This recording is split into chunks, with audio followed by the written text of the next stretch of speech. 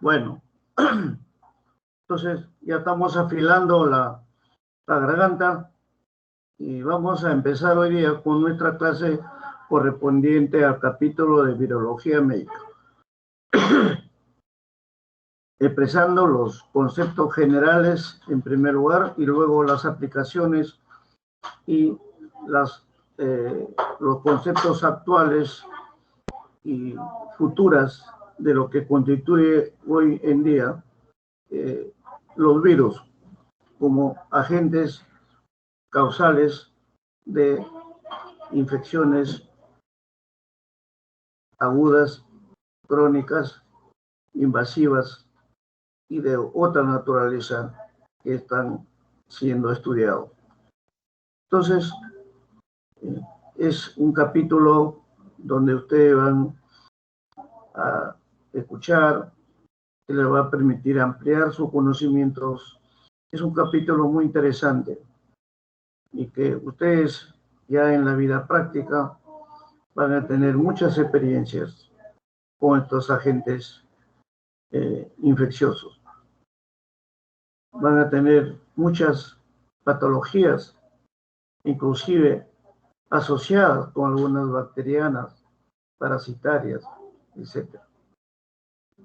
En las ciencias médicas, el presente quinquenio y el que seguramente llegará va a ser fundamentalmente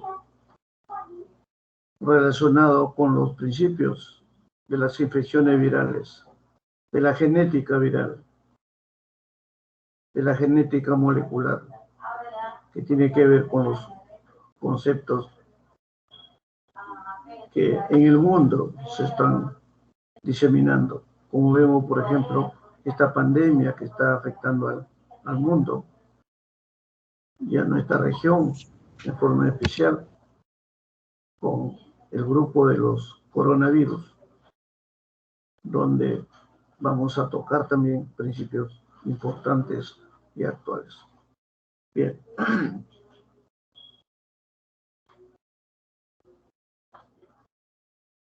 Giovanita.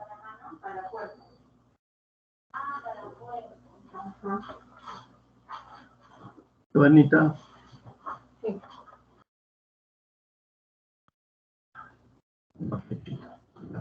La anterior. Bien. Entonces, la virología general, como su nombre lo indica, está referido pues a las características estructurales, subcelulares, que le dan a estos virus, a estas estructuras, características de su tamaño, sus formas elementales, sus especiales mecanismos de su replicación, sus características intracelulares o ligados y el desarrollo básicamente interior de las células a las cuales se infectan y de las que depende finalmente la síntesis y el desarrollo de estas estructuras virales. La característica estructural de los virus, entonces, denominado virus o virión, ustedes hablan de partícula viral o virión o estructura viral, están hablando de la misma especie, del mismo género de estos virus. Y básicamente va a encontrar que los virus pues tienen diferencias muy específicas, características diferenciales muy selectivas con todos los otros agentes microbianos, llámense bacterias, hongos, protozoarios, metazoarios, toxinas, etc. La estructura viral básicamente está compuesta, como lo vamos a ver más adelante, por una capa externa que cubre la parte interna, que es la cápside, constituido por un complejo de la cubierta más el contenido citoplasmático o nucleocápside.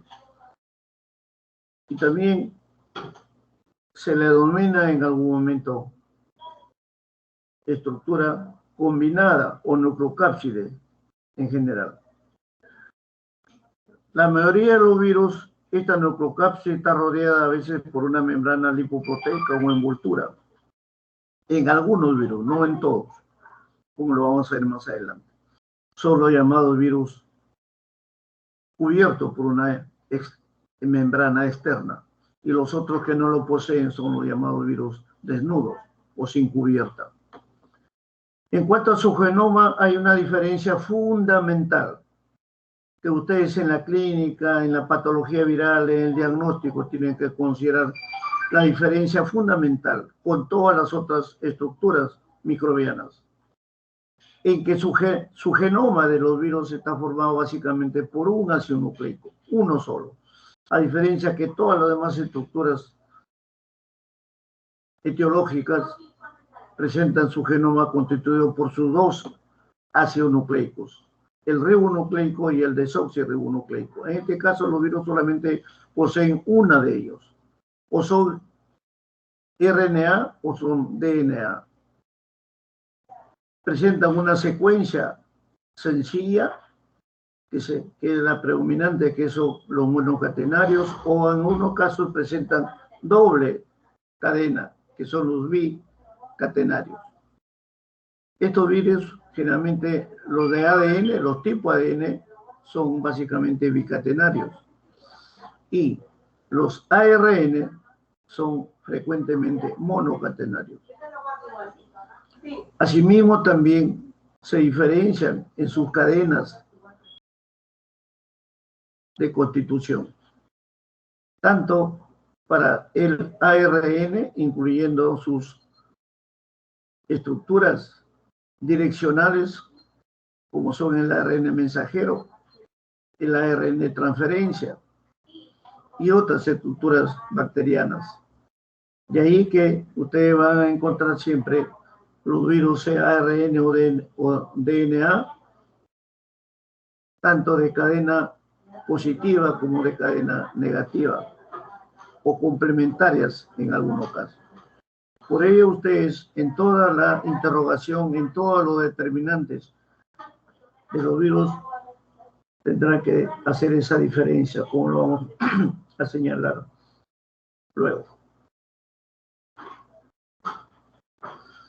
Entonces, la cápside que les decía, la cubierta fundamental que protege a la estructura central o nuclear, que es el ácido nucleico y que constituye la parte infectante del virus, se encuentra formada por una serie de subunidades.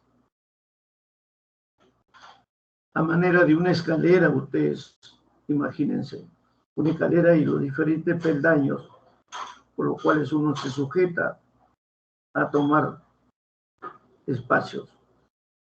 Y estas estructuras se denominan los capsómeros. ¿Qué son los capsómeros? Son las unidades que conforman la cápside. ¿Qué es la cápside? Es la estructura proteica que cubre al ácido nucleico. Entonces, estos capsómetros pues son los elementos que conforman esta estructura.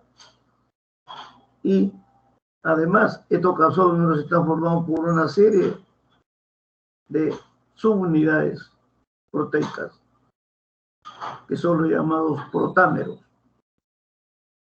Imagínense en una escalera, la cápside es toda la estructura que cubre a los peldaños. Cada peldaño es un capsómero, y cada capsómero, o sea, cada peldaño de esta escalera, constituyen los protámeros, que están formados por una serie de unidades moleculares, proteicas, etc. Y en las estructuras generales, pues toma el nombre de subunidades estructurales o protámeros, como les he manifestado. Estos capsómeros tienen una estructura fundamental que constituye la simetría estructural de esa cápside, y que puede ser icosaédrica, helicoidal o en algunos casos combinación de ambas, que son las formas cúbicas. y que son las más frecuentes, sobre todo en los descubrimientos que se ha hecho en las últimas unidades virales. Ello lleva a preguntarnos cómo se clasifican los virus. Y para ello todavía no estamos teniendo una clasificación taxonómica completa de los virus. En diferentes escuelas médicas de investigación en el mundo, llámese la escuela oriental, China, Japón, etcétera, la escuela europea, la escuela sudamericana y norteamericana, tienen diferencias y comprenden una serie de factores para llevar a cabo finalmente una supuesta, un criterio presuntivo de la clasificación de estas unidades virales. Por lo tanto, en nuestra región, especialmente diferenciándonos de la escuela norteamericana, tenemos que señalar el tipo y la estructura de su ácido nucleico. Como hemos señalado, o son DNA o son RNA. Ustedes en la clínica, cuando trabajen sus diferentes estructuras o etiologías, van a señalar la presencia supuesta o presuntiva de una infección viral tipo ADN o DNA y RNA. Así como ustedes en las infecciones bacterianas señalan la presencia de una bacteria gram positiva o gram negativa. En este caso, los virus o son DNA o son RNA. También su tipo y simetría que se señala en la cápside. Y notar la presencia o ausencia de esa envoltura que les he señalado, una envoltura externa, que es en estos momentos muy importante para la replicación o la variedad de estos virus. Como estamos viendo, por ejemplo, en los coronavirus, en el COVID, que es uno de los virus que tiene esta capacidad, esta envoltura y que le permite en su genoma cambiar algunas formas que componen su ácido nucleico, RNA en este caso, como influenza, parainfluenza, etc. Aquí una pequeña clasificación de los virus, perdón,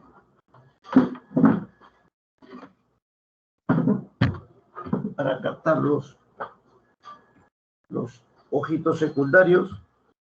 Acá tienen ustedes entonces una clasificación temporal por ahora, donde señalamos las diferentes familias, por ejemplo, de los llamados virus ADN, parvovirus, epanavirus, papovavirus, adenovirus, herpesvirus, poxivirus, etc. Su estructura de su ácido nucleico, DNA o ADN, bicatenario, monocatenario, bicatenario, en forma lineal, circular, etc. La estructura de su cápside que hemos señalado puede ser icosaédrica, puede ser compleja o poliédrica, y alguna otra forma que todavía no se define. Su envoltura presenta o no esa envoltura externa que les he señalado, en algunos casos sí la presentan, en otras no. Y ejemplos de estos géneros de virus asociados con enfermedad humana.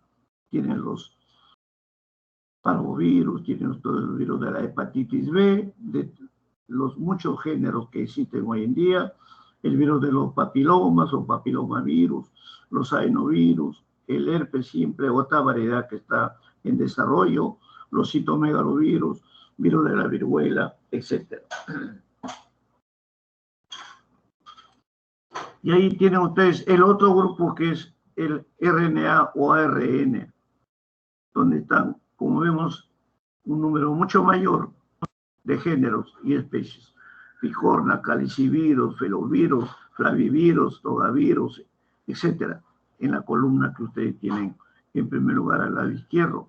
Su estructura nuclear o ácido ribonucleico, monocatenario, bicatenario, etcétera. Su simetría, en este caso presentan simetría icosaédrica, helicoidal, y en algunas especies se está relacionando con una simetría compleja. Sus características de su envoltura, la presentan o no la presentan. Y los ejemplos más importantes actuales de las diferentes patologías virales que se señalan. Miren ustedes, acá ya está considerado, por ejemplo, el virus de la inmunodeficiencia humana, los rotavirus o virus de las diarreas, especialmente juveniles, infantiles, etc. Uno de los mecanismos básicos, fundamentales para el desarrollo, la invasión, el crecimiento de estas especies virales es el mecanismo de la replicación viral. ¿Cómo se replica? ¿En base a qué? ¿Cómo se desarrolla? Finalmente, ¿cómo se localiza y se ensambla en la célula huésped? Son básicamente 5 pasos fundamentales. Primero, la absorción, donde esta partícula tiene que adherirse a la célula humana o viva a través de sus determinantes antigénicos y encontrar su receptor celular. Luego de ello viene el mecanismo de que el virus comienza a penetrar, ya sea a nivel de hígado, riñón, pulmón, etc. Luego, en ese momento ya de penetración, pierden, se liberan de la cápside, porque ya tienen el material de la célula que han invadido. Y a partir de ese momento, llevan a cabo una replicación ya propia del virus. Y luego ya empiezan a hacer su propia síntesis macromolecular. Y esta es la forma como los virus empiezan a tener sus propias estructuras, tienden a multiplicarse y a elaborar sus propias necesidades celulares para poder finalmente replicarse y penetrar e invadir los tejidos que son afines en su adherencia y en su penetración. Hay dos especies, dos grupos actuales de todas las especies virales, que son los viroides y los priones, de los cuales los viroides mantienen importancia a los tejidos vegetales y muy poca relación con las células humanas. Y los priones, en cambio, son unas estructuras proteicas que están siendo motivo de múltiples estudios y están ya demostrando su capacidad invasiva de incubación celular, sobre todo en patologías como las infecciones degenerativas, de enfermedades que van deteriorando los diferentes componentes celulares del ser humano y de algunos animales no humanos. Enfermedades tipo Alzheimer, tipo replicaciones anormales, neoplasias y una serie de síndromes que están siendo ya asociados tanto a nivel del sistema nervioso como de ciertos tejidos hepáticos, renales, asociados con estas estructuras que son los priones que veremos más adelante y que ya están prácticamente definidas como productoras de enfermedades en los seres humanos, así como los viroides a nivel de los tejidos vegetales. Entonces, estos priones constituyen pues agentes infecciosos ya muy pequeños, filtrables, y que son resistentes a la mayoría de los agentes físico-químicos que inactivan a los ácidos nucleicos.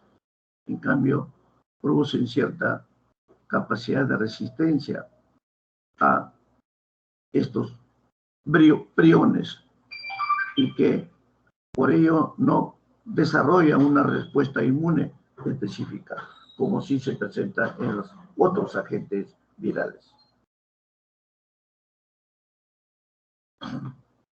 Los priones, entonces, como hemos señalado, están ya desarrollando, comprobados en una serie de enfermedades neurológicas, como hemos señalado, la encefalopatía de Creutzfeldt, Jakob, el Jurú, Alzheimer, y una serie de transformaciones celulares que señalan a los marcadores bioquímicos específicos de estas enfermedades y que se manifiestan dentro de otros factores como las acumulaciones de estas sustancias a nivel cerebral y que constituyen, pues, como hemos señalado, los priones específicos.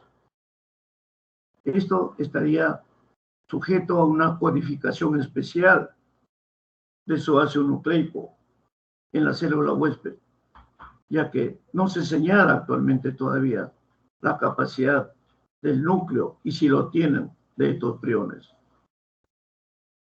Y son ajenos a una serie de factores que permitirían unos cambios en su conformación celular y que ello sería el factor de riesgo acumulado para patologías neurológicas.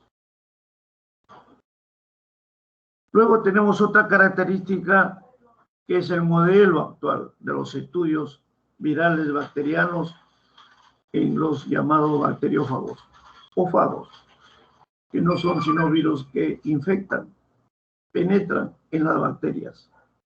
¿Qué cosa es un bacteriófago o fago?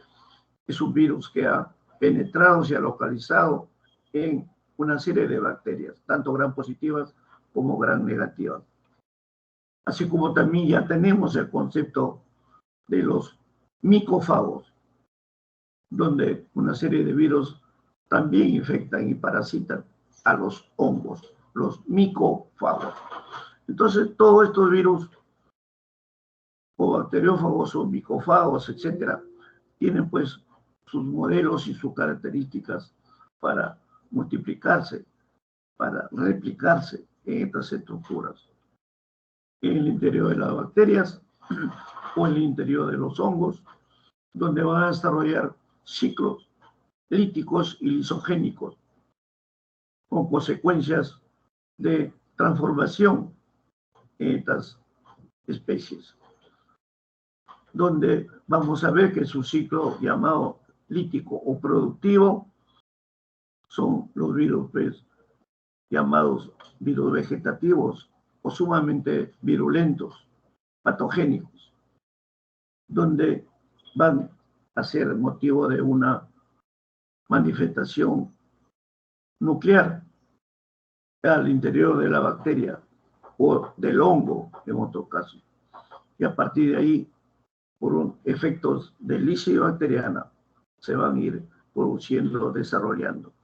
Y el ciclo exogénico ya es el que es producido específicamente por los fagos direccionales y que toma ya definiciones de replicación específica en las diferentes estructuras que han invadido y que se están multiplicando.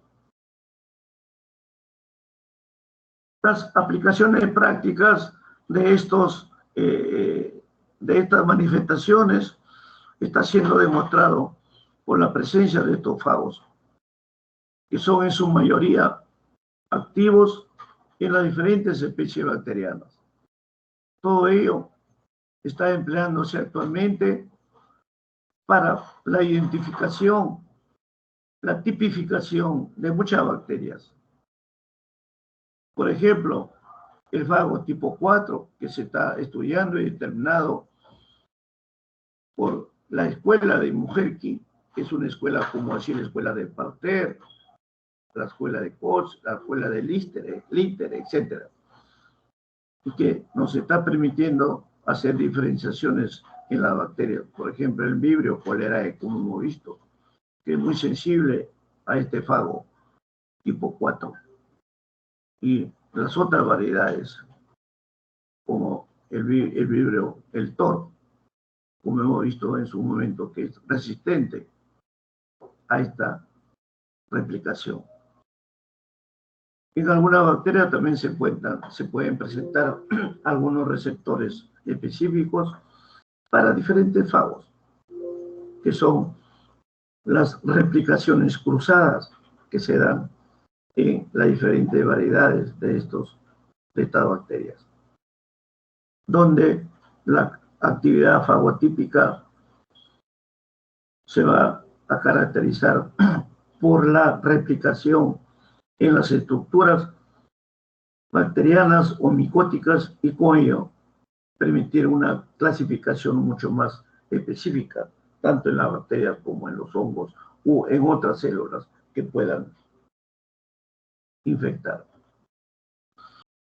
Un poquito de historia de los virus, entonces, esto viene del siglo XIX, donde surgen los primeros descubrimientos de los virus, ya que hasta esos momentos se sabía que había unas sustancias que le llamaban veneno, fluido ponzoñoso, ¿no? Una serie de conceptos que se describían en esos momentos y que se señalaban como sustancias con características patogénicas y que luego se fue ya desarrollando los estudios con la aparición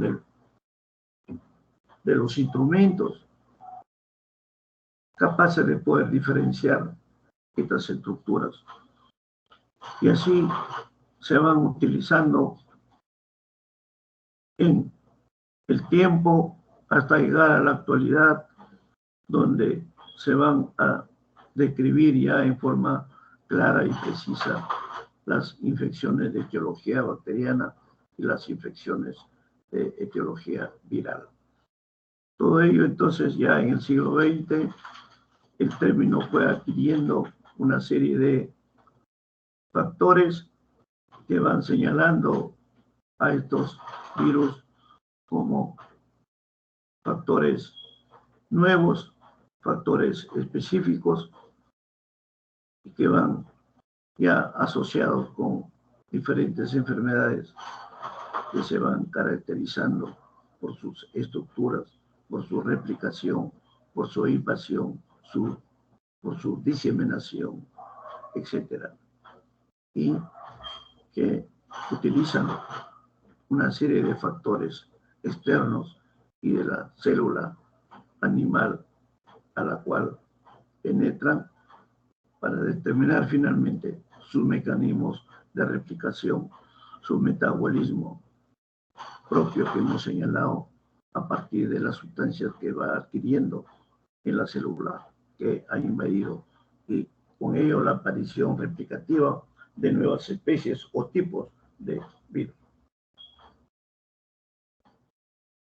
Los virus entonces ya en el siglo XIX, como hemos señalado, más o menos ya antes de ello, ya había una secuencia de este desarrollo. Un poquito de agüita. Para con ello ya avanzar en la tecnología de observación,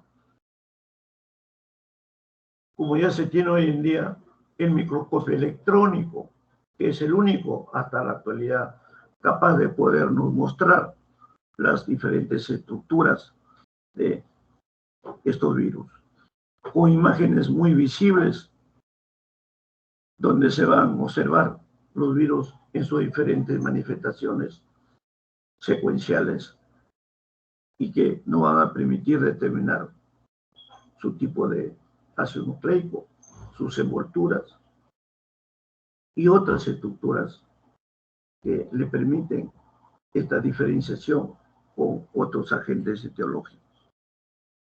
Entonces, a pesar que estos 2, 3 últimos años del presente siglo, estamos viendo cómo los virus están tomando una especie de valor específico de líderes en las diferentes variedades patológicas de la especie humana. Estamos viviendo no solamente el aspecto de los coronavirus o el COVID actual, sino también el influenza, parainfluenza, los virus de las hepatitis, los virus herpes virus, los papilomavirus,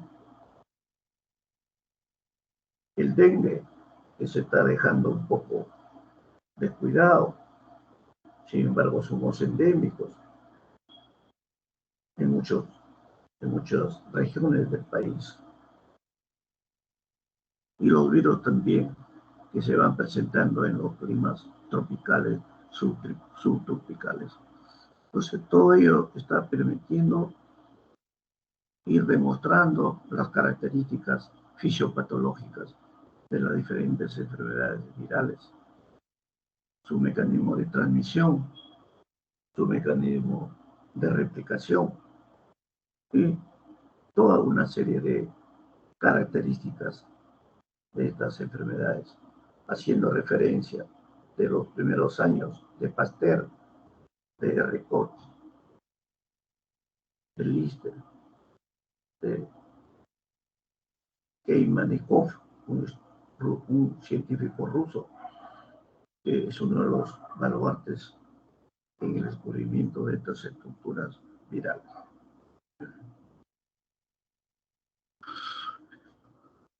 Por ello, actualmente estos agentes virales ya relacionados con una serie de enfermedades humanas constituyen todavía ciertas deficiencias, podríamos decir, o ciertas dificultades para poder establecer su presencia y demostrar su etiología. Y para ello se está avanzando mucho en los llamados cultivos celulares, ya que ellos no desarrollan, no crecen en los cultivos artificiales, en ninguno de ellos, solamente en tejidos de células vivas, los llamados cultivos celulares o histocultivos.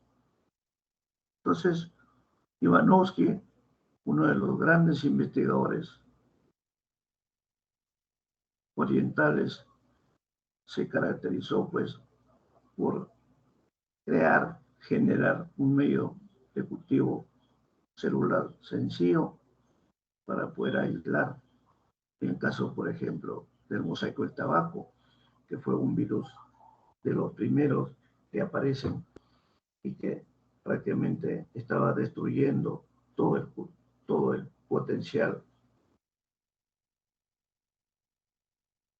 de cultivos para generar una total desaparición de estos cultivos utilizados para la elaboración de vinos, quesos, como fue en Europa y en Francia específicamente. Y que Pasteur fue uno de los que indujo los estudios y finalmente aisló y determinó que el virus era el causante. Y a partir de ahí ya se sabe y se trató el virus del mosaico del tabaco porque tenía predilección por esos tejidos celulares. Y con ello entonces ya ha sido el camino básico, la plataforma elemental para a partir de ahí comenzar a hacer los estudios a través de filtrados, a través de subcultivos, a través de aislamientos directos y determinar la presencia de estas nuevas estructuras llamadas virus. En 1895, como hemos señalado, Weisbrich ya define y establece las diferentes propiedades de los virus y que son afines en su infección, en su transmisión de estos al ser humano y algunas otras especies no humanas. Por ello, entonces, en ese mismo tiempo, Loeffler y Froch también mostraron ya estos agentes a través del proceso de filtración celular, que estas enfermedades, por ejemplo, la glosopera, que comenzó a invadir en ciertas cepas no humanas, o sea, en el ganado, y luego ya se estableció al TMB, que es un virus característico de esa época y donde se demuestra pues, su penetración en estos tejidos vegetales que van a proliferar específicamente en esas células vegetales y que de ahí pueden ser utilizadas para la transmisión humana, fundamentalmente.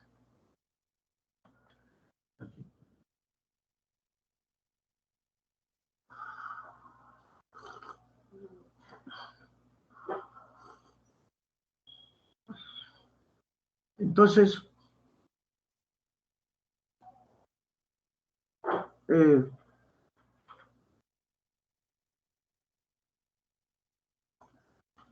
siguiendo con la evolución de estas estructuras,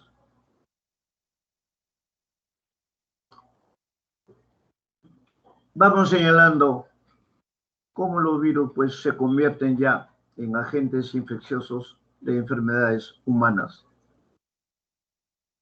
Son muy diminutos, gracias a la microscopía electrónica se demuestra su tamaño micromolecular y que son pues prácticamente invisibles con los microscopios ópticos,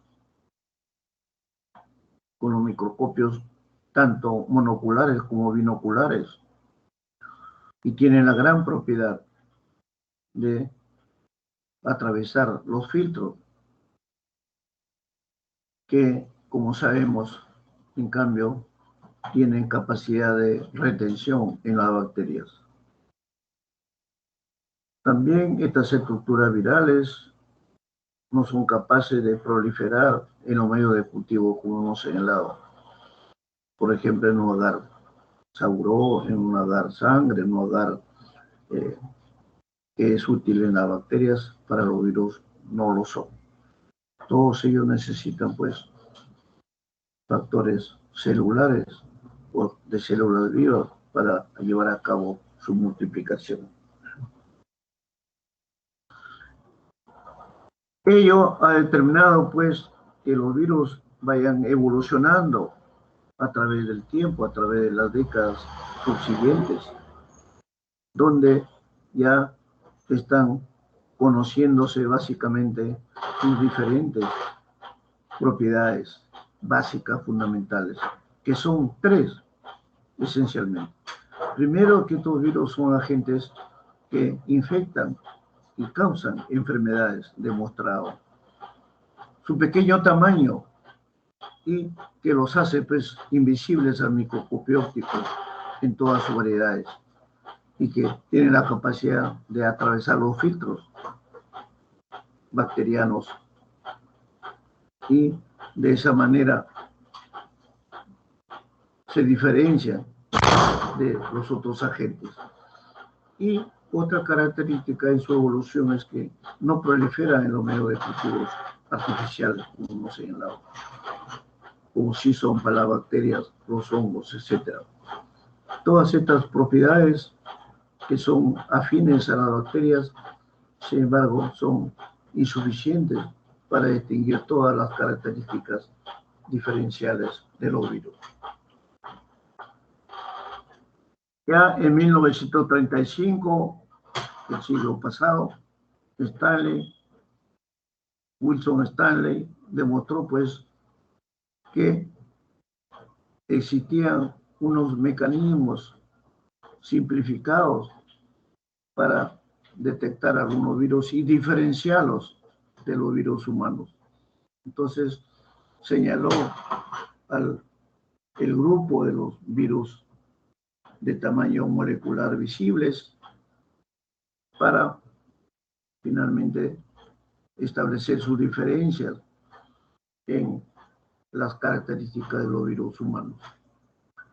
Todo esto sirvió de base, ha servido de base y sigue siéndolo para muchas escuelas científicas del mundo, donde a partir de ahí se están haciendo ya fracciones moleculares, diferenciaciones secuenciales y evolución, desarrollo y capacidad invasiva a través de estas especies sobre las células humanas y no humanas, tanto de los DNA como los RNA.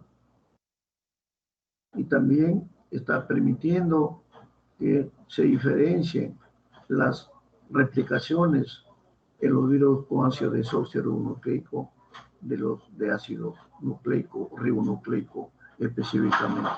Y además diferenciar las estructuras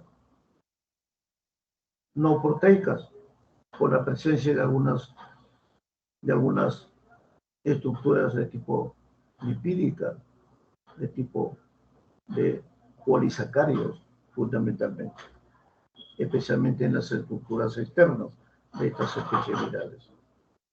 Entonces, pues, ya a fines del siglo pasado, 1900 a 2000, ya esto nos ha permitido ya diferenciar claramente y lograr determinar los diferentes agentes virales a través de aislamientos en cultivos celulares, en sus cultivos, inclusive en algunas coloraciones intracelulares, como el caso citomégalo, o el caso de influenza, etc. Y ya se puede ir señalando entonces sus propiedades determinantes y su diferenciación con las bacterias. Y ya se tiene, por ejemplo, hoy en día los filtros y los llamados virus filtrables y los no filtrables, y que no había esa diferenciación original.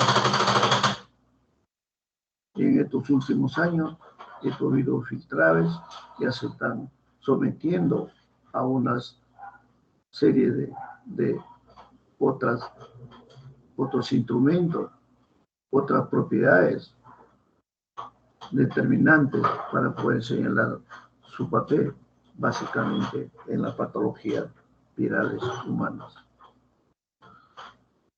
Su distribución de los virus, como hemos visto, estamos viendo, es mundial, es en todo el mundo, son cosmopolitas, básicamente. Estamos viendo, por ejemplo, esta pandemia por los coronavirus, que está diseminada en todo el mundo.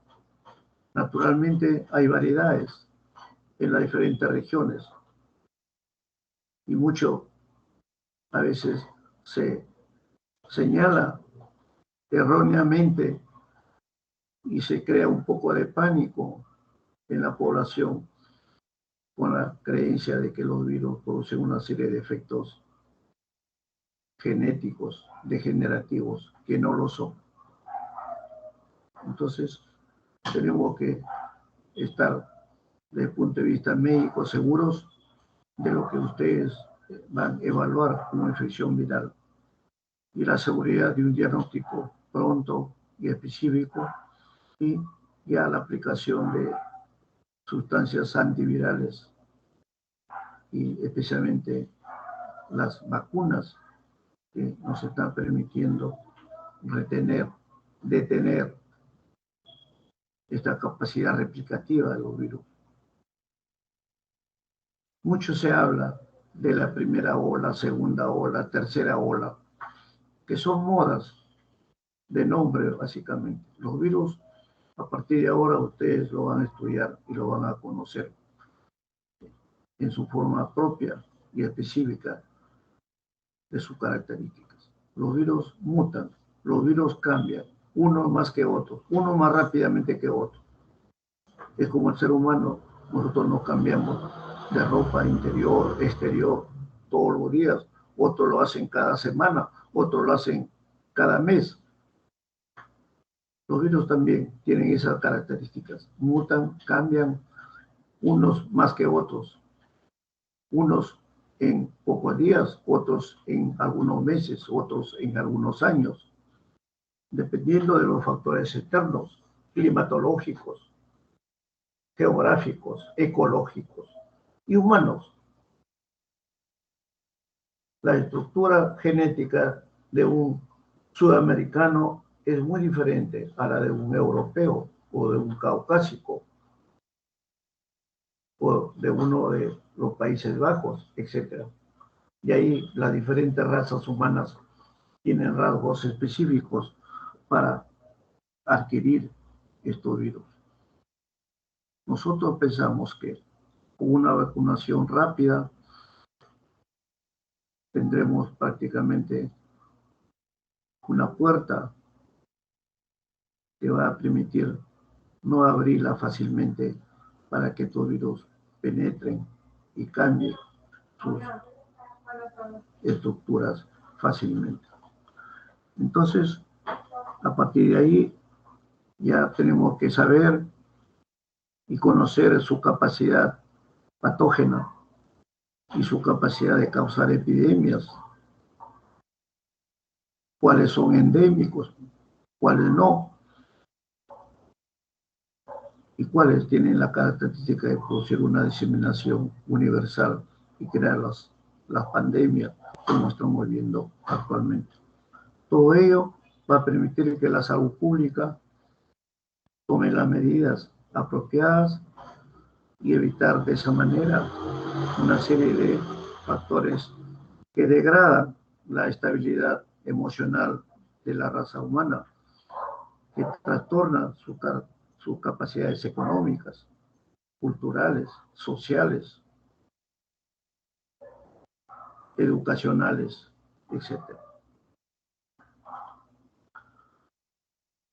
Otro concepto actual que tenemos todavía es en cuanto a definir un virus. Ya tenemos el concepto clásico de lo que es una bacteria, de lo que es un hongo, de lo que es un protozoario, de lo que es una toxina, exotoxina, endotoxina, agente externo, etcétera. Mecanismos claros y precisos. En cambio, para los virus todavía no hay una definición universal, llamemos así, específica. Sin embargo, hay algunos conceptos que acá les señalo, donde, por ejemplo, los virus son señalados como partículas elementales, que tienen una vida y una línea germinal propia, replicativa propia, y que tienen un solo ácido nucleico y un solo tipo o variedades de proteínas.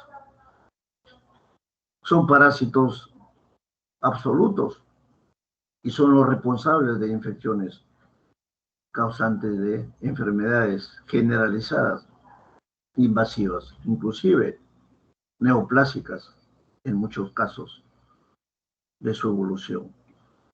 Son unidades infecciosas que contienen RNA o DNA, no ambos, y que están protegidos por una cubierta que es la cápside, como recordamos. Son unidades infecciosas que tienen una independencia genética, tanto el RNA como el DNA. Y su genoma es básicamente asociada con macromoléculas y que le va a permitir que estas estructuras, como los polipéptidos, las lipoproteínas y otras, definan pues la estructura y la capacidad de asociación y de invasión, que finalmente le da capacidad virulenta, patogénica de estos virus.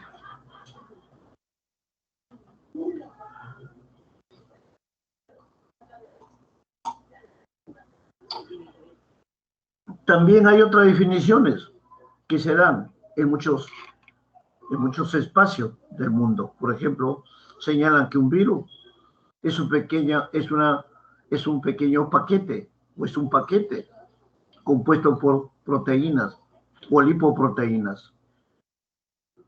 Los virus, señalan también Volov, el virus es un virus, un concepto muy directo y muy secuencial, diríamos así. Otros señalan que los virus son las víctimas de la ignorancia y que se les atribuye una serie de factores y que causan cualquier enfermedad. Finalmente, en este último quinquenio podemos señalar, hay todavía una serie de definiciones que tienen que ir adaptándose al desarrollo mental, al desarrollo fisiopatológico y a los conceptos que se van asociando cada día y para poder elegir un verdadero concepto.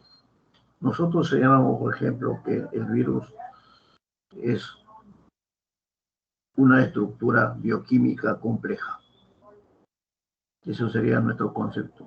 Los virus son estructuras bioquímicas complejas, capaces de invadir una célula humana y desarrollar una determinada patología. Las propiedades generales entonces de los virus son tres, como hemos señalado básicamente. Uno, su pequeño tamaño, que puede oscilar entre las 10 y las 300 milimicras o nanómetros. Como ustedes saben, por ejemplo, una bacteria tiene 1000 nanómetros. Los eritrocitos, por ejemplo, 7500 nanómetros. Segundo, su genoma viral es prácticamente uno solamente, o es DNA o es RNA. Por lo tanto, tiene un solo tipo de ácido, de su ácido nucleico. No como las bacterias, hongos y otros agentes parasitarios o microbianos que presentan su genoma compuesto por los dos ácidos nucleicos.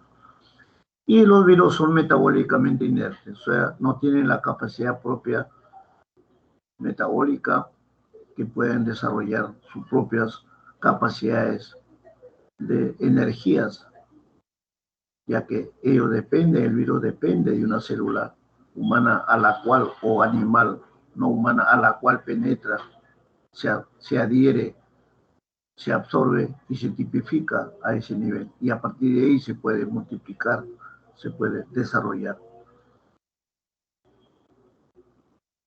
Algunos prácticamente tienen en sus propiedades o en sus estructuras de partículas o moléculas que le dan esta capacidad replicativa, pero siempre en un canal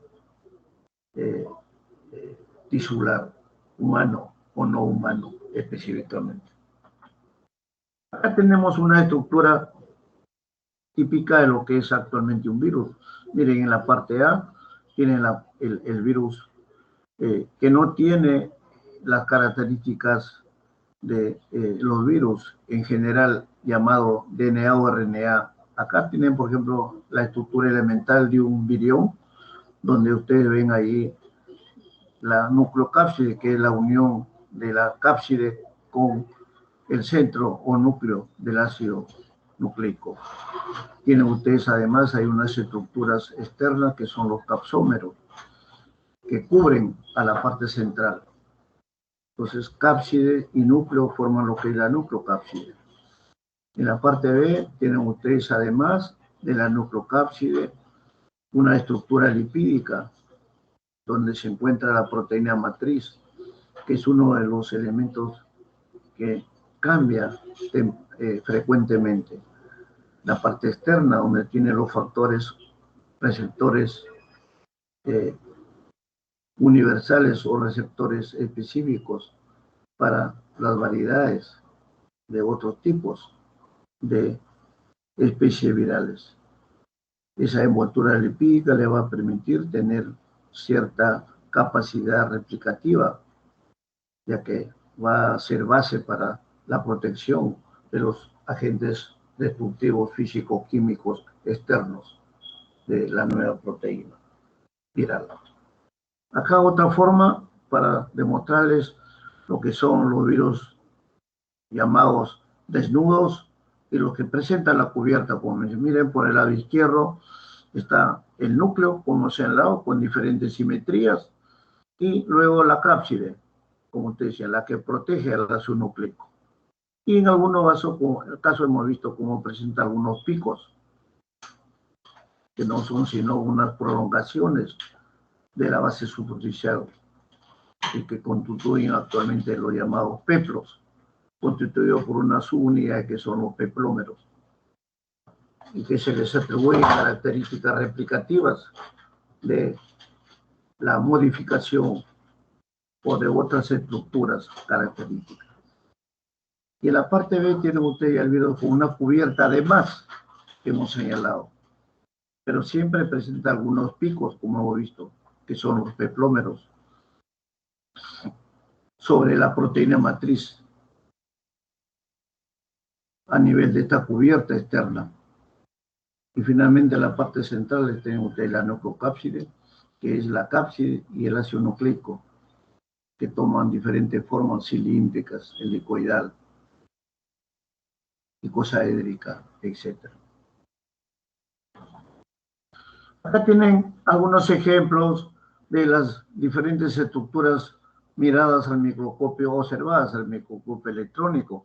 Los virus tipo DNA, de los más frecuentes, tienen los parvovirus, los herpesvirus, los adenovirus, los papovavirus, etc. Y los virus RNA tenemos los paramixovirus, los mixovirus, los ortomixovirus, los coronavirus. Miren ustedes, ahí están los llamados agentes de esta pandemia mundial actual. Los coronavirus tienen la característica de una corona, pues por eso de ahí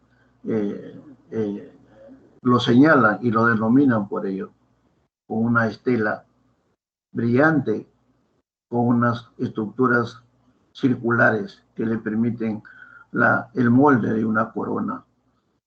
Tenemos los arenavirus, los retrovirus, ahí está el famoso virus de la inmunodeficiencia o SIDA, comúnmente llamado. Otro virus de la rabia, los raptovirus, en forma de bala, y así una serie de estructuras que son mucho mayores que el DNA, por supuesto.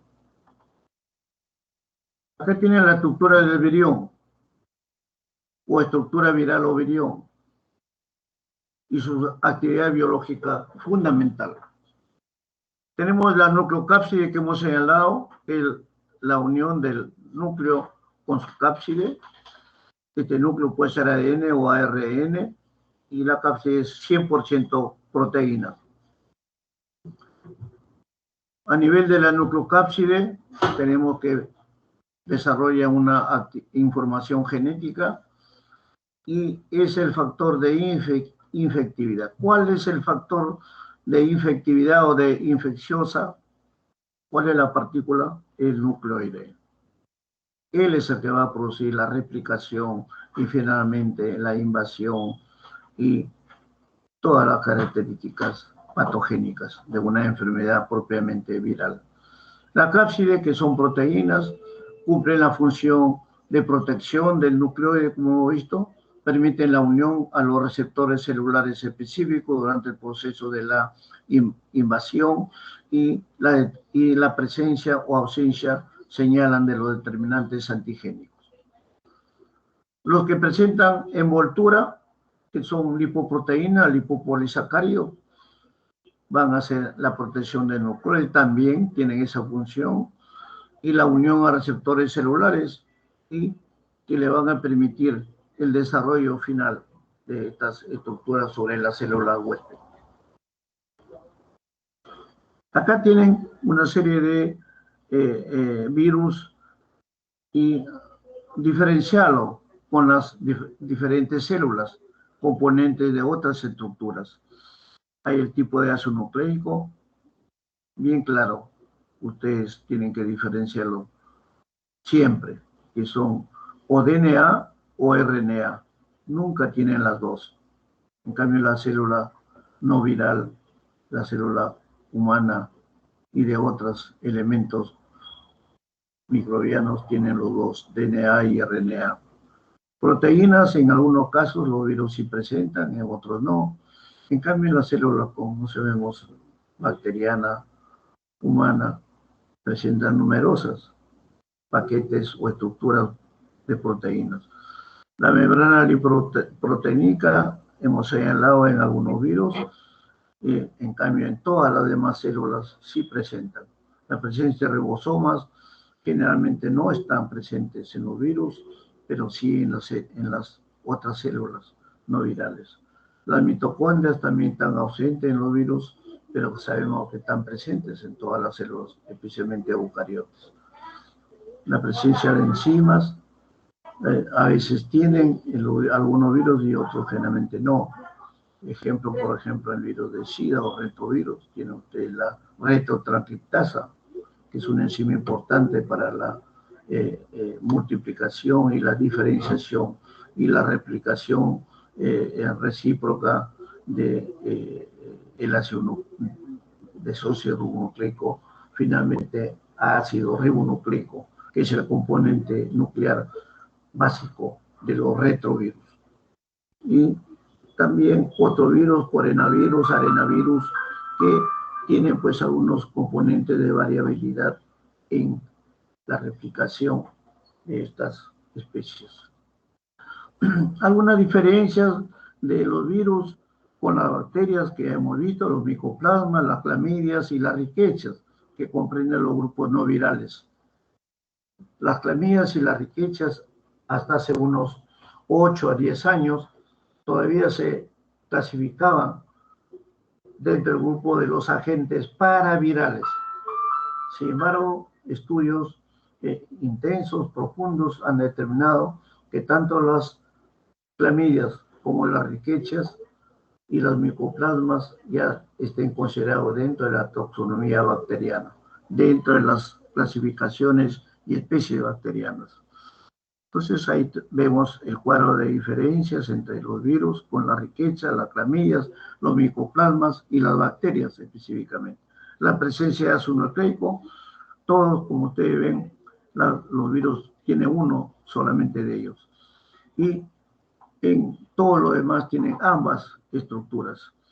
Su fisión binaria, los virus no evolucionan de esa forma, en cambio todo lo demás sí. La presencia de enzimas, hemos visto en los virus, generalmente no hay, excepto uno o dos géneros que lo presentan. Y también las clamidias no tienen estas enzimas, como hemos señalado en su oportunidad. Luego, la presencia de ribosomas, ya hemos señalado, todo lo tienen, menos los virus. La replicación en medio cinético, también los virus no, o sea, no se replica. La riqueza tampoco, bueno, es una característica de aislamiento. Las clamidias tampoco tienen su medio específico, que es el medio PPLO, como hemos visto en su momento. Y ya los micoplasmas y las bacterias sí lo poseen. Su tamaño, como hemos señalado, más o menos frecuente, varían entre 20 y 300 nanómetros o milimicras.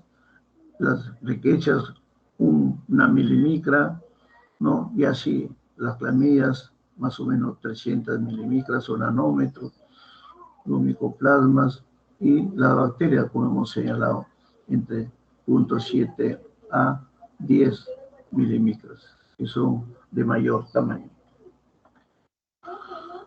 El parasitismo clásico que desarrollan los virus, entonces, actualmente se ha determinado que ningún organismo vivo puede ser resistente o inmune a los agentes virales. Todos son sensibles y tienen algún grado de infectividad para ellos.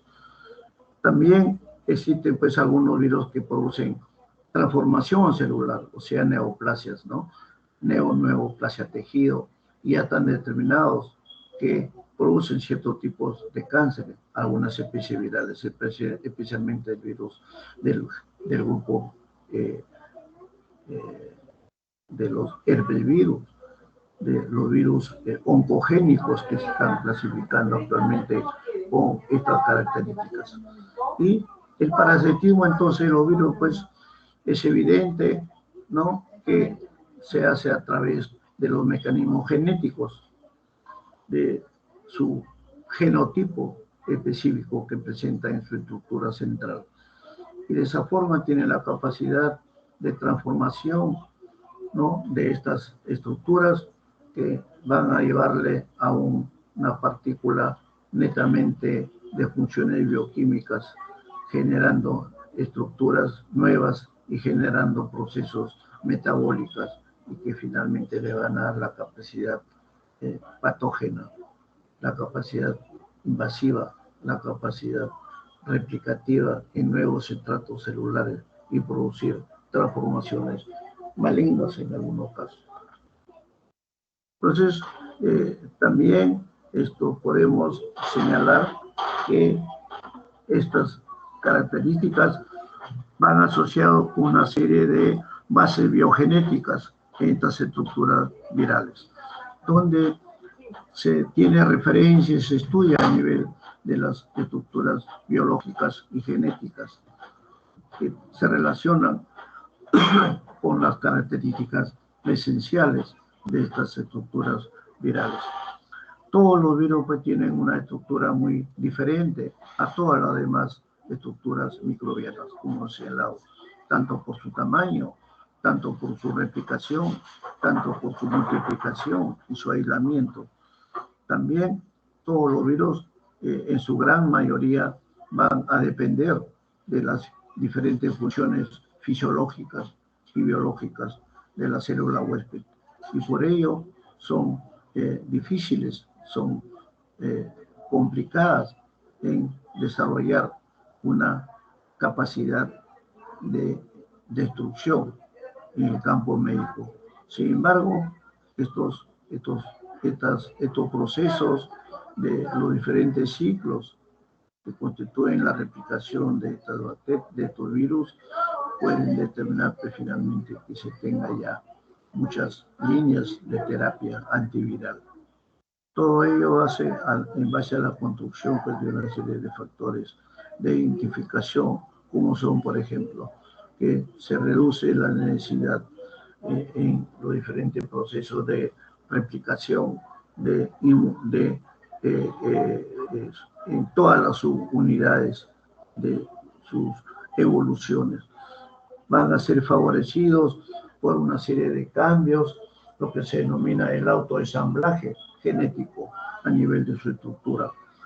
Y van a favorecer pues, básicamente las propias ensamblajes de ellos mismos, o sea, el autoensamblaje, que van a necesitar el apoyo de algunos factores enzimáticos o bioenergéticos obtenidos en la replicación viral, en la replicación que se llama la transformación del metabolismo de la célula huésped en beneficio y en función del virus.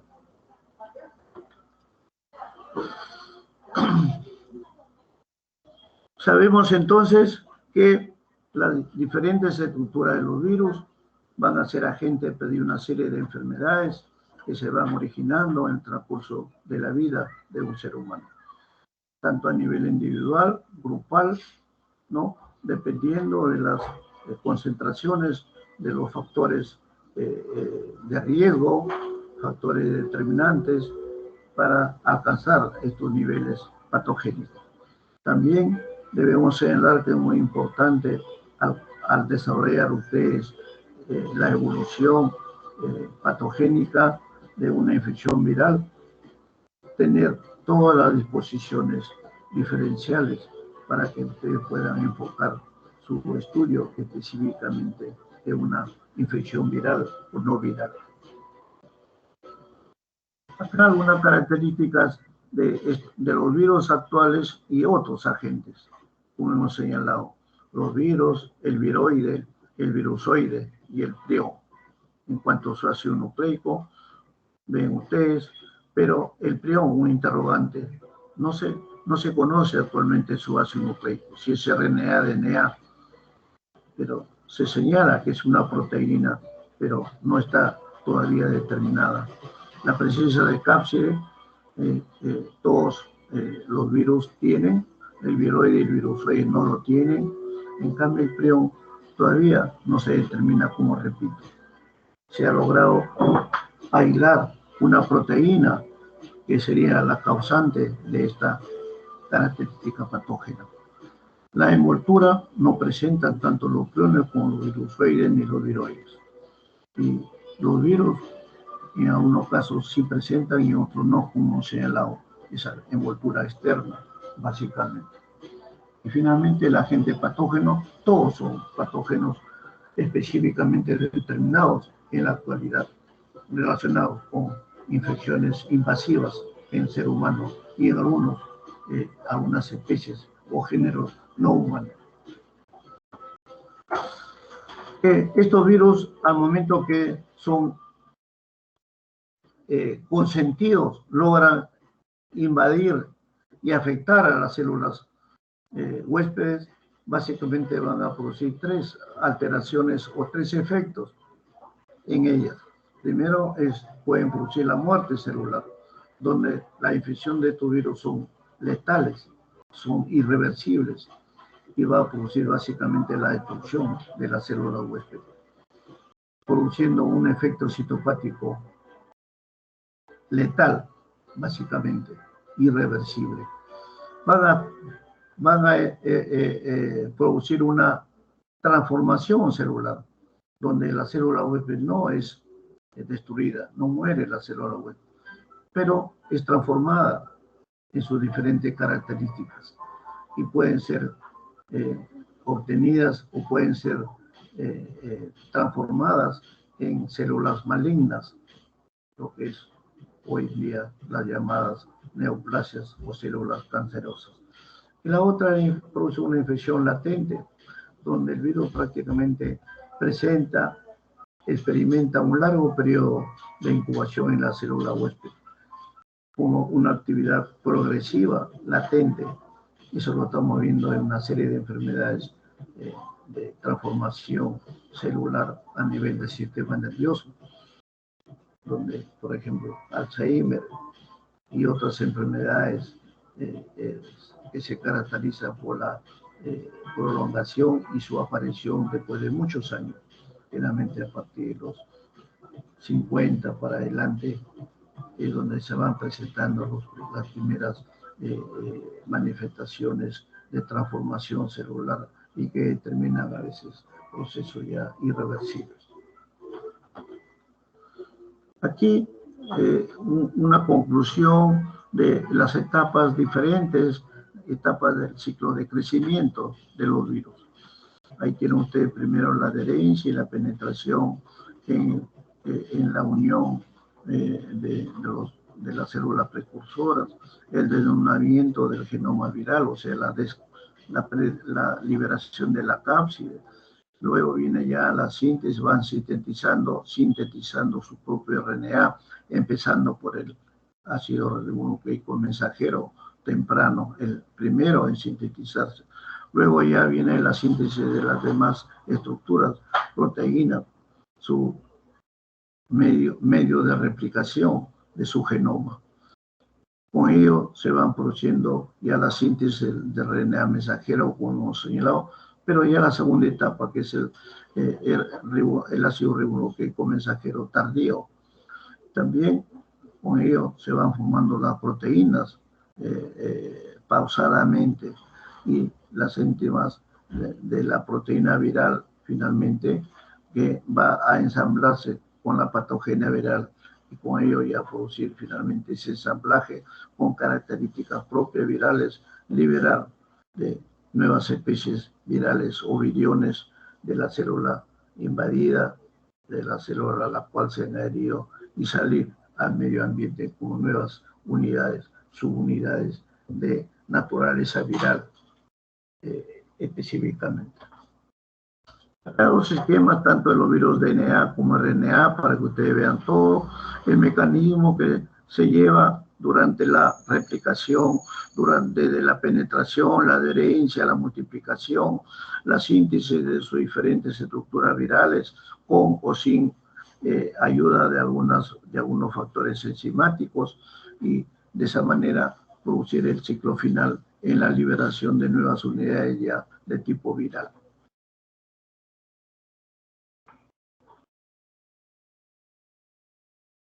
Otro factor importante que hemos señalado son los receptores celulares, donde ustedes van a tener que manejar en ya los diferentes exámenes, los diferentes procedimientos de diagnóstico, y poder a nivel celular determinar en los diferentes agentes virales, ya sea, por ejemplo, a nivel de la influenza, de los reovirus, los adenovirus, el virus de Epstein-Barr, que es una neoplasia, los herpes simple tipo 1, tipo 2, el herpes tipo 7, que es muy replicativo en estos momentos, el HIV, o sea, el virus de la inmunodeficiencia o SIDA, los coronavirus.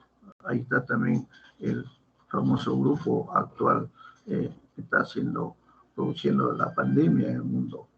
Entonces, los rinovirus, que son virus respiratorios, sarampión, polio, rabia, etcétera. Ahí tenemos los receptores, cuáles son de cada uno de ellos.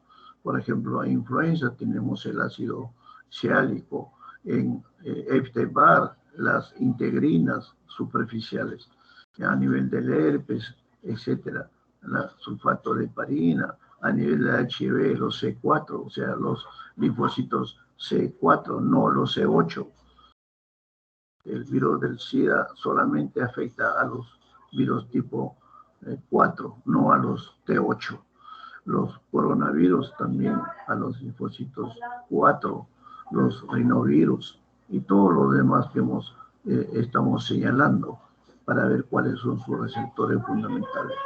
Y la función de estos receptores a nivel del virus ya es a través de la glucoproteína, por ejemplo, en la influenza A, no en el B, ni el C, ni el D. Tenemos, por ejemplo, la glucoproteína también a nivel de los reovirus. Tenemos a nivel de sarampión, por ejemplo, la proteasa, y así está plenamente identificado la función celular que se produce a este nivel cuando hay ya un mecanismo de replicación o multiplicación del virus. El diagnóstico, para que ustedes tengan una idea básica, fundamental de los métodos de diagnóstico actual de todas las infecciones virales.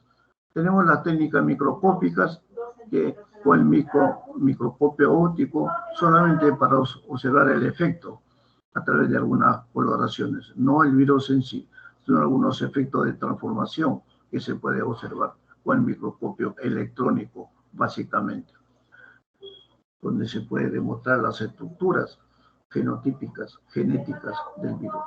Los microscopios no electrónicos, o sea, los ópticos, los microscopios binoculares, los microscopios de campo oscuro, etcétera, no van a permitir ver la movilidad o ver las formas, pero no el fondo. Es decir, por ejemplo, el microscopio óptico, binocular, monocular, campo oscuro, todas estas variedades, diferentes formas, no van a permitir ver la casa, por decir toda la casa, la forma, el tamaño, como es afuera. En cambio, ya el microscopio electrónico no va a permitir ver esa casa en la parte interna, ¿no? Interna, cómo están los dormitorios, cómo está el baño, cómo está la cocina, qué elementos hay. O sea, el virus, esa es la diferencia en cuanto a las diferentes técnicas microscópicas. Tenemos otra importancia en las técnicas de cultivo y el aislamiento del virus, muy importante. Aquí ya ustedes tienen el manejo de la inoculación en diferentes animales de laboratorio, cobayo, conejos, cepas de embriones, en ratones, en cepas de diferentes especies, de ratón lactante, ratón de años o de tiempo reciente, para poder inocular ahí los productos biológicos. También tenemos inoculación en embrión de pollo, eso siempre lo hacíamos en la práctica presencial, y las técnicas también de coloración. Y finalmente las técnicas del cultivo celular, que también lo mostrábamos en el laboratorio y observar el microscopio binocular, que no lo podemos hacer por ahora en nuestra plataforma virtual.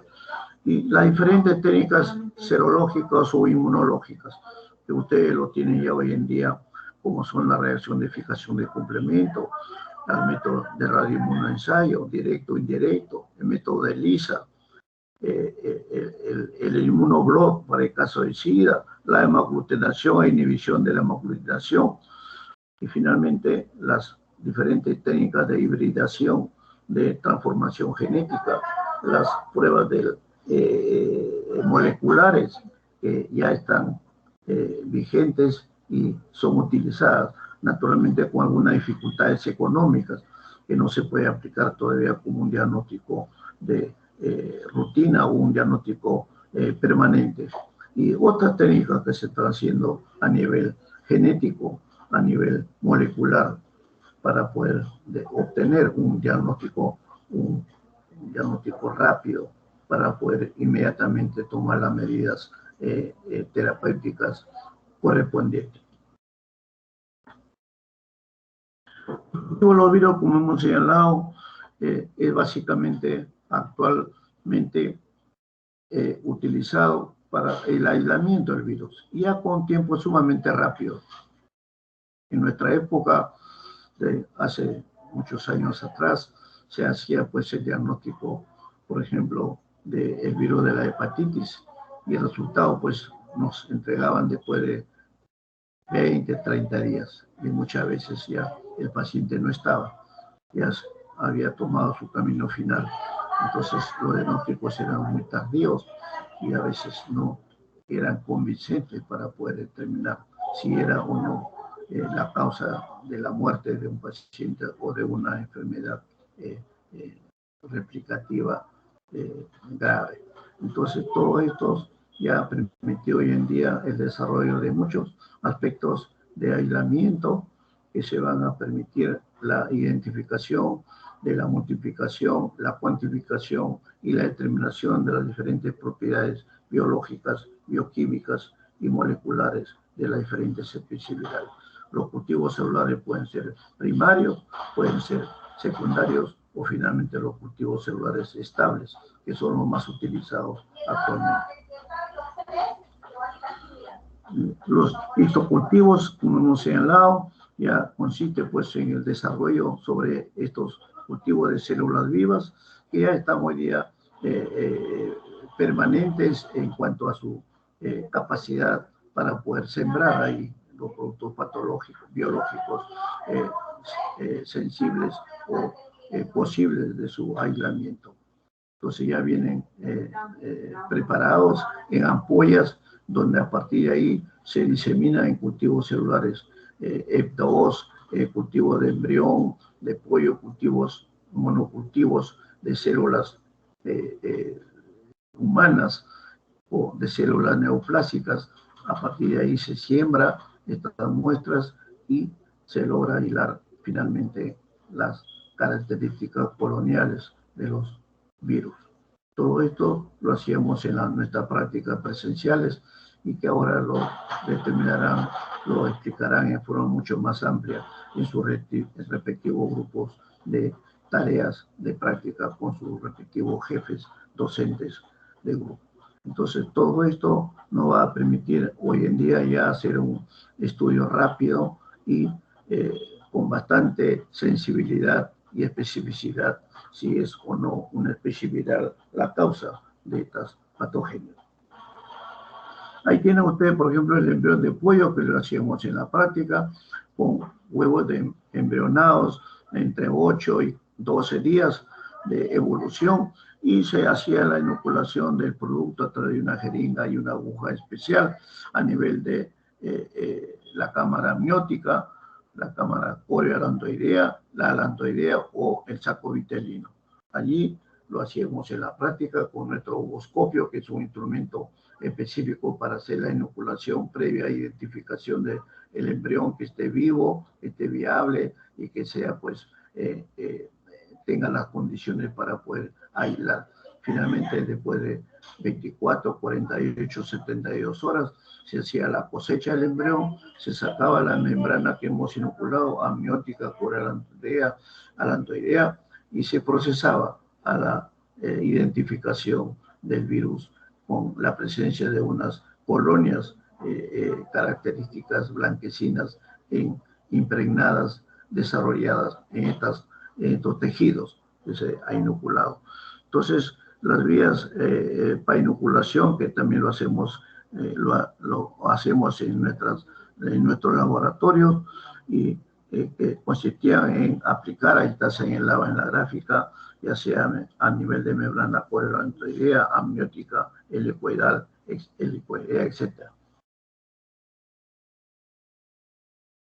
Sitios potenciales llamados para la quimioterapia antiviral, que ustedes tienen ya a la mano, a disposición, donde van a aplicar estas sustancias antivirales, no antibióticos, no, sino son elementos o son sustancias antivirales que van a permitir de alguna forma el freno o la retención de la capacidad invasiva de estos agentes virales. Ahí tenemos acciones a nivel de, por ejemplo, en la entrada o denudamiento del virus, cuando el virus está penetrando, a nivel de la síntesis del ácido nucleico, a nivel de otras enzimas, a nivel de la síntesis lipoproteica en los casos que tienen membrana, etc.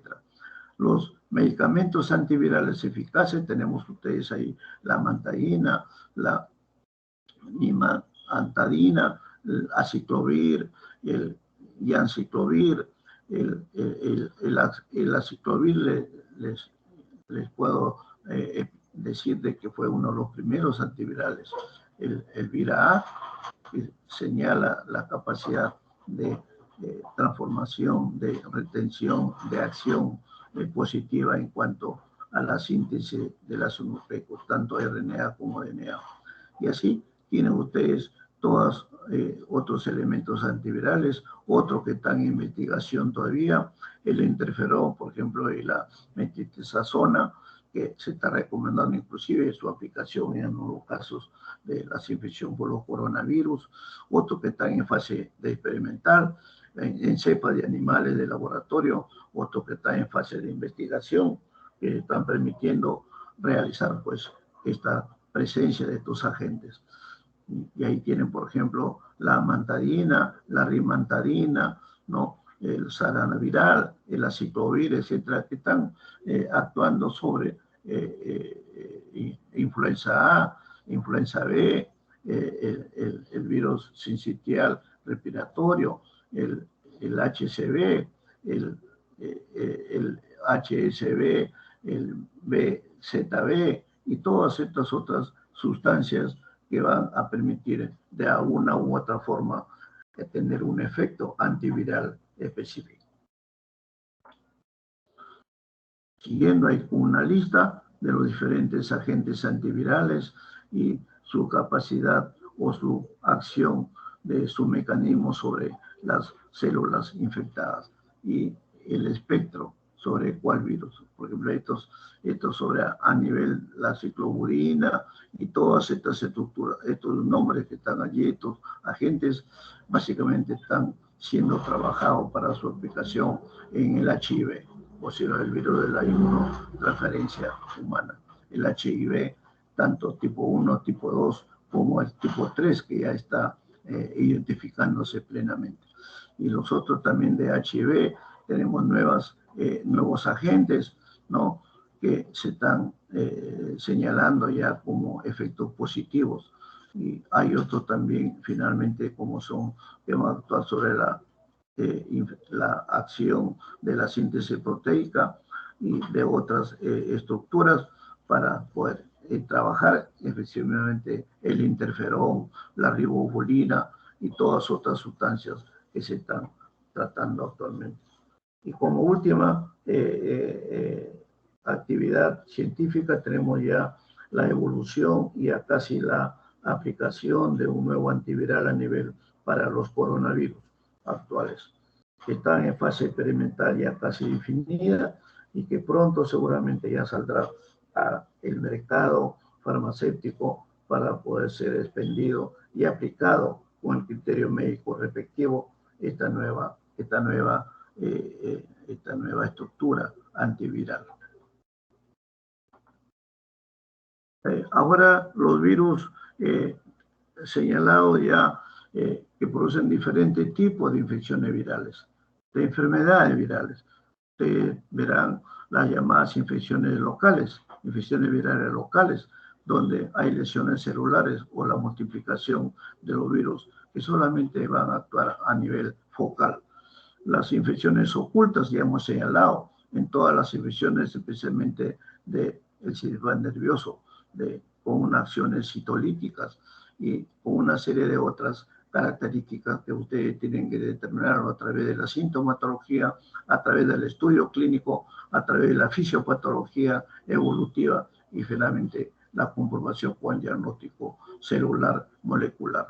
Y finalmente las infecciones con virus lentos o sublentos que se pueden pues presentar en una serie de enfermedades que van a tener la particularidad de tener periodos de incubación muy largos y manifestaciones clínicas progresivas, a veces asintomáticas, y que no permiten determinar anticipadamente la evolución de estos agentes virales, especialmente priones y especialmente virus herpes, que tienen esa capacidad de actuar muy afínmente a través de las células del sistema nervioso, básicamente. A nivel de las neuronas se está demostrando que tienen un efecto dañino a ese nivel. Todas las alteraciones entonces que se producen, que se inducen en la célula de huésped, especialmente en la célula humana, se determina pues a través de los cultivos celulares, que nos van a permitir determinar el crecimiento en estos espacios, o las pruebas bioquímicas o serológicas que nos van a dar la variación y el desarrollo de macromoléculas virales, y también la presencia de enzimas o antígenos específicos que se van a determinar en las diferentes partículas virales. Todo ello pues hace que los cultivos permitan crecer en forma de adherencias a un soporte con los métodos que se usan actualmente y que consisten pues y que nos permiten desarrollar las características morfológicas, estructurales de las diferentes especies virales. Todo efecto de transformación, como hemos dicho, transformación, actividad lítica directa o desarrollo progresivo, produce en la célula huésped un efecto, es como señalar un daño a nivel celular hepático. Eso lo que produce, por ejemplo, ciertos medicamentos que tienen efecto hepatotóxico, nefrotóxico, ¿no? Y una serie de otras manifestaciones. En las infecciones producidas por virus también hay un mecanismo que se llama efecto citopático. El CPA, que es el efecto citopático celular, en la mayoría de los virus que producen estas alteraciones, estas invasiones en las células huésped, va a hacer pues que las células infectadas van desarrollando en el transcurso del tiempo en la presencia de estos virus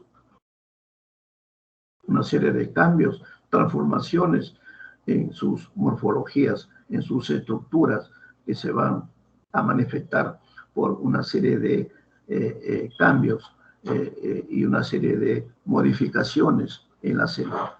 Todas estas alteraciones pues reciben el nombre de efecto citopático o acción citopática, que va a ser el procedimiento que nos va a permitir explicar y ver cómo es la transformación celular benigna o maligna. Algo muy parecido a lo que ocurre con las pruebas de sensibilidad, por ejemplo, en las invasiones bacterianas, como se hace a través del antibiograma, para ver el grado de sensibilidad o resistencia de los medicamentos de los antibacterianos. Algo parecido, pero no igual, se produce en las células por efectos de un agente o la presencia de un agente viral. Todos estos cambios, entonces, desarrollados, destrucciones totales, manifestaciones lentas o subagudas, y que toma el nombre de efecto citopático. Todas estas alteraciones se observan básicamente en el cultivo celular, viendo la destrucción de la monocapa y que se van pues produciendo modificaciones en las células. Eso se ve al momento de llevar a cabo las observaciones microscópicas. Las células se redondean, las células se alargan o finalmente son lisadas por la acción del virus. También se produce formación de células multinucleadas, que son las llamadas las células o sincicios, o también llamados policariocitos, que se determinan por estos cambios, básicamente. O también el desarrollo de cuerpos de inclusión, que son agrupaciones macromoleculares que se observan a nivel de citoplasma de la célula. Esto es muy importante, por ejemplo, en los citomegalovirus, para determinar la infección citomegálica en recién nacidos o en niños de los primeros meses de vida, donde esta infección, que es muy severa a nivel renal, se puede hacer el diagnóstico con una coloración especial y ver unos cuerpos de inclusión a nivel celular, que son las células gigantes que se observan en el caso de una infección por citomegalovirus. Y la otra es producir la transformación celular, donde se desarrolla una serie de factores progresivos que van alterando los diferentes planos de la estructura de la célula, especialmente en sus formas de desarrollo, en su simetría de crecimiento. Todo ello en función de la presencia o la potencia o la potencialidad patógena invasiva de los diferentes virus involucrados en estos procesos fisiopatológicos. Aquí, por ejemplo, tenemos ya una ubicación actual, cómo están los virus en el mundo taxonómico, en el mundo de las infecciones virales. Recuerden ustedes que dentro de la patología humana en el mundo y en nuestro país, ustedes tienen el gran reto de tener que el 95 a 96% de toda la patología humana en nuestro país, señalando nuestro país, es de origen microbiano o viral. Y un 4 a 5% son las llamadas infecciones no microbianas, tipo, por ejemplo, los diferentes síndromes de alteración genética, síndrome de Down y una serie de enfermedades, incluyendo la diabetes, porque la diabetes es una enfermedad no microbiana. No se ha determinado hasta ahora que lo produce un virus, una bacteria. En algún momento se pensó que el agente causal era un virus, lo que finalmente se determinó que no. Ya es una transformación, en modificación, una incapacidad a nivel pancreático, y con ello conviene la alteración de las secreciones o de la presencia de la glucosa como factor de transformación de esta enfermedad. Entonces, acá tenemos las riquezas, en primer lugar, que están siendo estudiadas en ese grupo, las clamidias, que están tomando importancia actualmente en las enfermedades producidas por este género, y los virus en tercer lugar, que no tanto en lugar de importancia, sino en presencia patogénica en el mundo. Y sobre los virus tenemos a dos características, que son los viroides y los virusoides, que hemos señalado. Y finalmente tenemos los plasmidos y los episomas, que son degeneraciones, alteraciones de la estructura fenotípica, genotípica y fenotípica también. Esa capacidad fenotípica se da a través de los diferentes agentes externos, climatológicos, geográficos, ecológicos.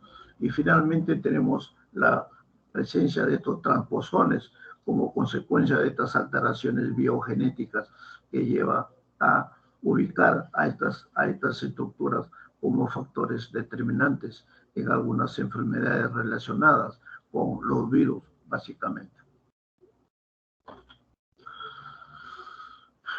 Finalmente, tenemos acá las conclusiones de lo que ha sido, como hemos señalado, en el pasado, en el presente y el futuro de la virología en el campo de la ciencia y la salud y el campo médico especialmente.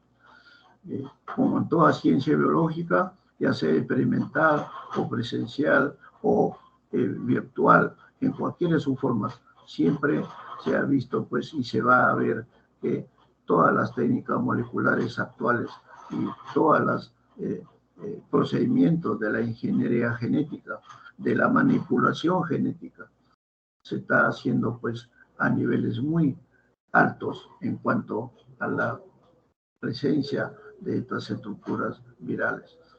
Las especies a las que parasita, al tipo de población a la que invade, a la que se adhiere, y toda una serie de nuevos conocimientos que nos están permitiendo pues que las moléculas antivirales que son las que van a bloquear, alterar, a detener una serie de mecanismos como son la replicación, especialmente para que puedan ser determinadas en el huésped. Todo bajo este contexto, pues, no solamente los virus son responsables de muchas enfermedades, sino que también son señaladas como herramientas para poder avanzar en el estudio y en la investigación de nuevas vacunas, de nuevos métodos de diagnóstico, de nuevas formas de tratamiento, etc. También en el campo de la virología médica se está avanzando específicamente, como repito, en el diagnóstico virológico, en todos los estudios de los diferentes niveles de la patogenicidad, en los aspectos epidemiológicos, en los aspectos ecológicos y finalmente en la producción de vacunas. Todo esto está permitiendo pues que se pueda hacer actualmente el mapeo o el registrar los muchos casos de evolución de estos agentes virales. También el aspecto de información científica y en forma de las divulgaciones de artículos separatas, especies científicos, también es un aporte que se está haciendo actualmente con mucha mayor velocidad de entrega y de conocimiento adquirido de las diferentes partes del mundo.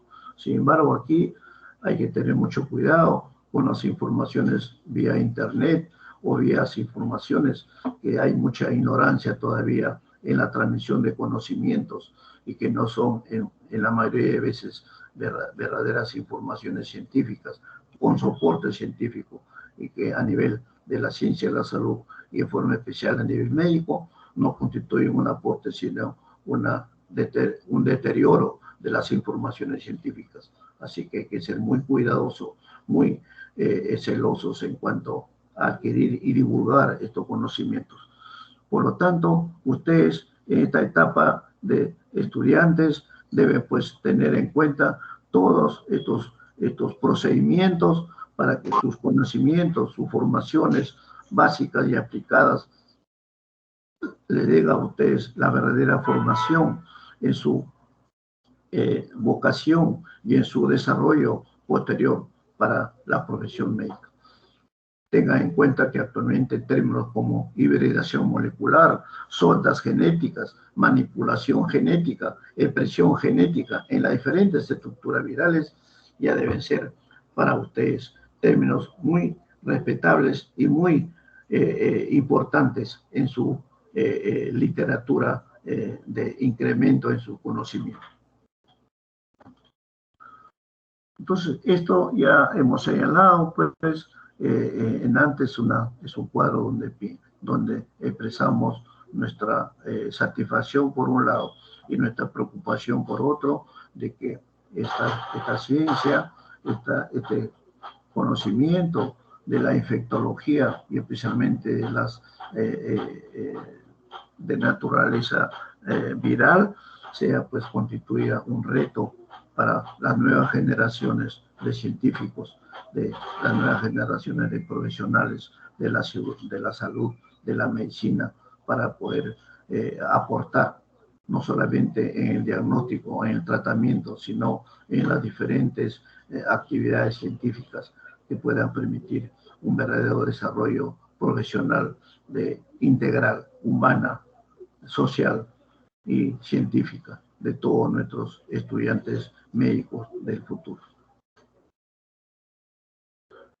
Los libros y toda la literatura que hemos señalado, pues, tienen esta importancia y ustedes tienen que ser celosos en sus lecturas, en sus revisiones y en sus opiniones para poder fundamentar sus conocimientos y no encontrarse con algunas dificultades que no son las debidas y de esa manera incurrir en una serie de errores.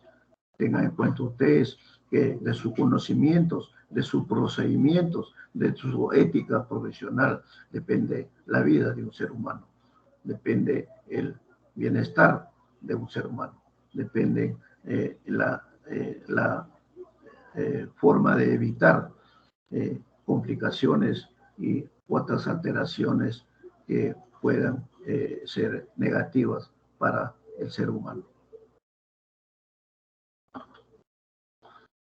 Con esto hemos terminado esta parte. Disculpen ustedes que es bastante larga.